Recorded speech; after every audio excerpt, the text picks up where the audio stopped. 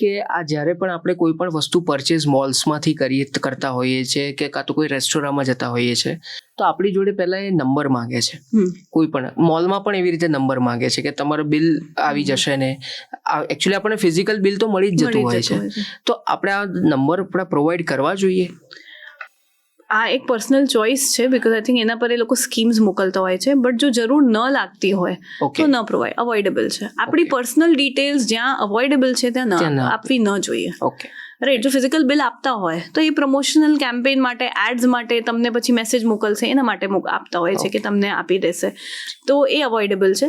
Plus એવી કોઈ પણ વેબસાઇટ પર અવોઇડેબલ છે, જેમ આડસ હું કહું છું, બિકોઝ આપણને ખબર છે કે આવા ઘણી બધી વેબસાઇટ્સ છે ને, જે ફેક વેબસાઇટ્સ પણ હોઈ શકે, પણ કોઈક વસ્તુ સસ્તા દામે મળે છે ત્યાં, તો આપણે આકર્ષિત થતા હોઈએ છીએ.